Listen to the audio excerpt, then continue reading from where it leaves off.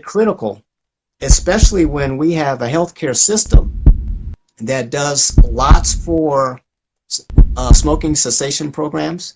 But what happens is if a person is on a cessation program and they go home to a house that has tobacco products embedded in the furniture, it's in the ceiling, it's in the windows, it's in the curtains, right? It's in your dishes. People are not aware if you're smoking in your house, there's tobacco product on your dishes. So when you invite your guests over, guess what? You're feeding them cigarettes. That's incredible. That's lovely. The Incredible Gregory Hunter. Introduces himself as incredible. How you doing? With me here is the Incredible Gregory Hunter. Gregory Hunter. Gregory Hunter's. Gregory Hunter, the Incredible Gregory Hunter. Mr. Incredible. Hello, Mr. Incredible. Mr. Hunter. Incredible. How you doing? I am incredible, as a matter of fact.